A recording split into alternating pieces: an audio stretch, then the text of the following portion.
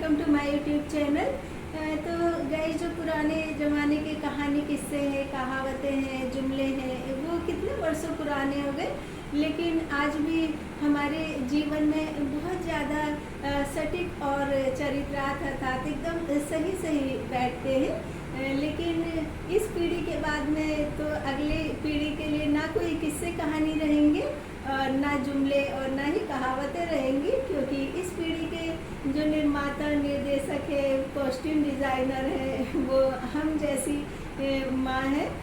और हमारे जो पीढ़ी के लोग रहेंगे ना, अगली पीढ़ी के हमारे बच्चों के बच्चे रहेंगे, वो ये कहेंगे कि हमारी दादी या नानी इंस्टाग्राम पर वीडियो बनाती थी, यूट्यूब चैनल पर वीडियो बनाती थी, फेसबुक पर वीडियो बनाती थी।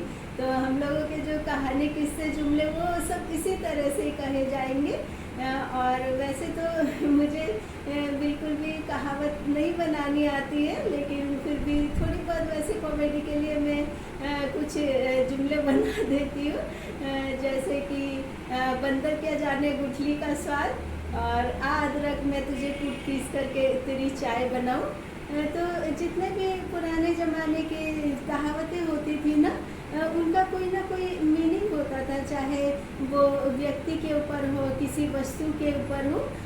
तो उनका जो सही अर्थ होता था वो हमारे जीवन में एकदम सटीक बैठता था। तो इसी तरह की पुरानी कहावतें आम के आम और गुठली के दाम, जो कि आम पर एकदम सही बैठती है ये कहावत, क्योंकि आम में इतने ज़्यादा गुण होते हैं और गुण के साथ साथ आम औषधि के भी कार्य में लाया जाता है।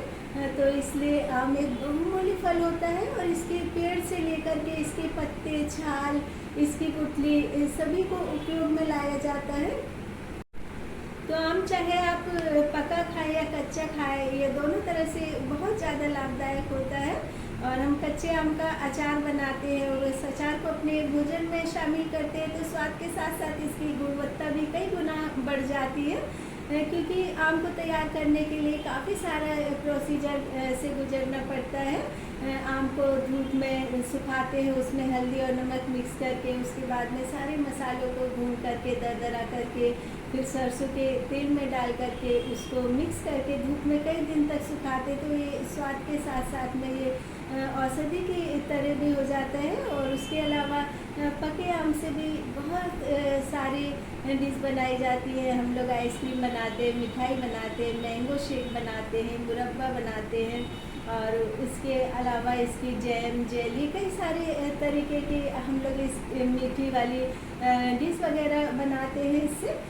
तो ये जो आम होता है, इसको आम को फलों का राजा भी कहा जाता है। फलों का राजा इसलिए कहा जाता है कि जितने भी फल होते हैं ना, इसमें जो सबसे ज़्यादा वैरायटी होती है वो आम की होती है। और जितनी भी वैरायटी के आम होते हैं उन सबके स्वाद भी एकदम अलग अलग होते हैं। और उसके अलावा आम जो होता है, इसका एक एक पार्ट होता है ना, जो पत्ते से लेकर के इसकी छाल, जड़ें, पेड़, गुठली, ये सब कुछ बहुत ज़्यादा काम में आता है। तो ये औषधि की दृष्टि से भी और उसके अलावा धार्मिक दृष्टि से भी बहुत ज़्यादा शुभ माना जाता है, क्योंकि ये जो आम का पेड़ होता है, इसकी जो लकड़ी होती है उसको यज्ञ के और हवन के काम में लाया जाता है। और उसके अलावा जो इसकी पत्तियां होती है, उसकी पत्ती को जब भी हम कलश स्थापित करते हैं तो पान की पत्तियों के साथ में, तो पान के पत्ते के साथ में लगा करके कलश स्थापित किया जाता है। उसके अलावा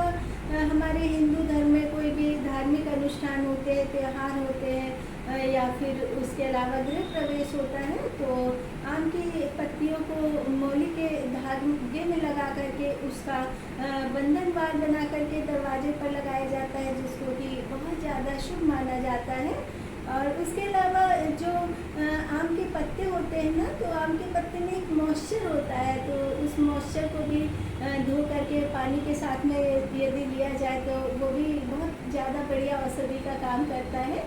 लेकिन ये काम जो है, जो वैद्य होते हैं, एकदम एक्सपर्ट वैद्य होते हैं, वही लोग कर सकते हैं। हम लोगों को बिल्कुल ना करना चाहिए, ना इस तरह से सोचना चाहिए। और उसके अलावा जो आम की गुठली होती है ना, उसको सुखा करके, उसके छिलके को भी सुखा करके उसको भी औषधि के काम में लिया जाता है। और जो आम की गुठली होती है उसका अचार भी बनाया जाता है। और जब हम लोग पका आम खाते हैं और उसकी गुठली को कहीं भी मिट्टी में यदि दबा दो तो कुछ दिनों बाद एकदम छोटी छोटी सी कोपल निकल आती है। और यदि हम उसको कहीं यथा स्थान पर फिर मिट्टी में खाद में लगा करके रख दे तो कुछ दिनों बाद एकदम छोटे छोटे चमकीले पत्तियों वाला नन्हा सा पौधा आ जाता है। और फिर इसका हम लोग इंतज़ार करने लगते हैं कि कब बड़ा होगा और कब इसमें आम आएंगे। पहले कच्चे आम आएंगे, उसके बाद पके आम आएंगे, ताकि हम अचार भी बना सकते हैं और उनको फ्रूट की तरह खा भी सकते हैं। और आम के जो सीजन है, आम के सीजन का संकेत बसंत ऋतु से ही हो जाता है, क्योंकि बसंत ऋतु के आते ही पेड़ों पर कोयल चहकने लगती है और जो आम की पौर होती है उससे पेड़ एकदम भर जाते हैं, जैसे कि बसंत ऋतु इंतज़ार कर रही हो इस मौसम का।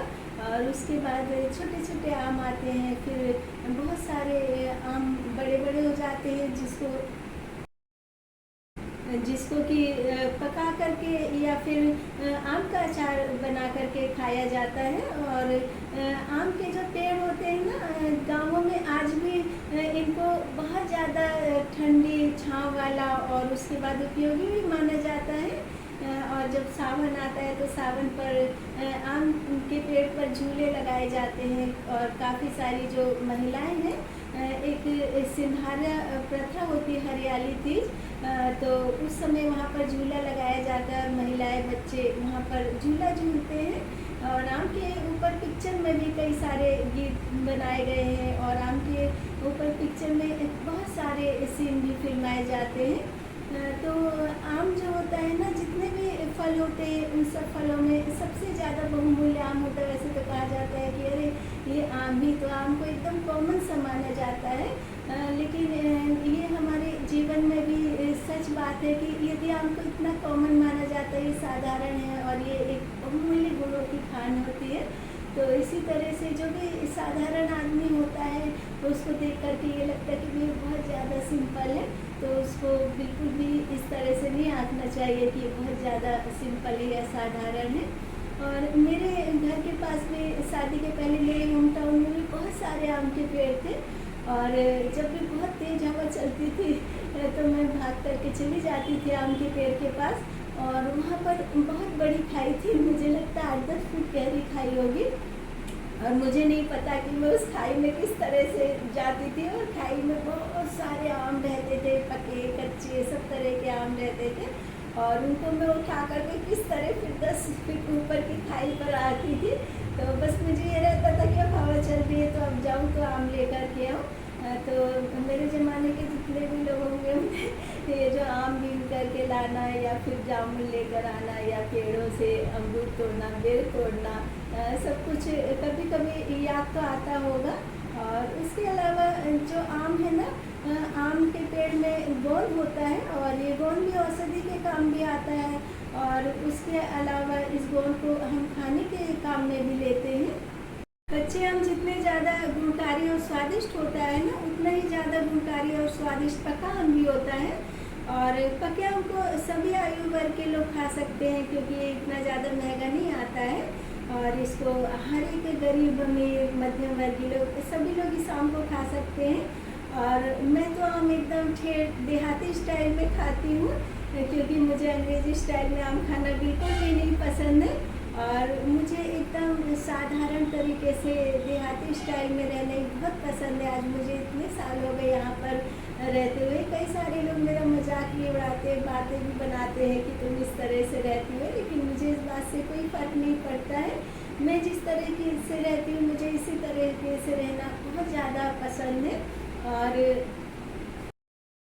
पके आम को दही में डाल करके और उसमें थोड़ा सा बूरा डाल करके, काला नमक डाल के, चावल मिक्स करके और फिर उसको अच्छी तरह से मिक्स करके खा लें सुबह के नाश्ते में, तो इससे भूख भी कम लगती है और सारा दिन एनर्जी भी बनी रहती है। और मेरे घर पे तो आम का जब सीजन जाता था ना, जब तक भी मेरी मम्मी आम के एकदम पीछे पड़ जाती थी और लास्ट सीजन में भी 5-6 किलो आम लेकर के आती थी और उसकी खटाई बनाती थी उसको सुखा करके, और कुछ आम की साबुत खटाई बना कर रख लेती थी, तो कुछ आम का चूरन बना लेती थी। तो उस चूरन में काला नमक डालकर, मिर्च और बूरा डाल के फिर उसका बढ़िया सा चूरन बना करके और टिफ़िन में मैं अपने स्कूल में लेकर के जाती थी। और मेरी फ्रेंड्स बोलती थी चूरन तो बहुत ज़्यादा बढ़िया लग रहा है। और उसके अलावा ये जो आम की खटाई होती है ना, आम की खटाई को मेरे घर पे काशी फल की सब्जी में डालते थे और मुनगे की सब्जी में, दाल में, क्योंकि जो गर्मी का सीज़न होता है इस समय टमाटर या तो बहुत महंगे आ जाते हैं तो फिर आने बिल्कुल ही बंद हो जाते हैं। और जब सब्जी में खटाई ना हो तो सब्जी का स्वाद थोड़ा सा अधूरा सा लगता है। और इसी तरह से ये जो आम है, आम दोनों तरह से ही बहुत ज़्यादा टेस्टी भी होता है और गुणकारी भी होता है। और अब तो आम का सीज़न जाने वाला है तो ज़्यादा से ज़्यादा आप लोग अचार बनाइए और पके आम से अमावट बनाइए, मैंगो शेक बनाइए और एंजॉय कीजिए। और आम के ऊपर मुझे ऐसा लगता है कि पिक्चर में एक डायलॉग होना चाहिए, एक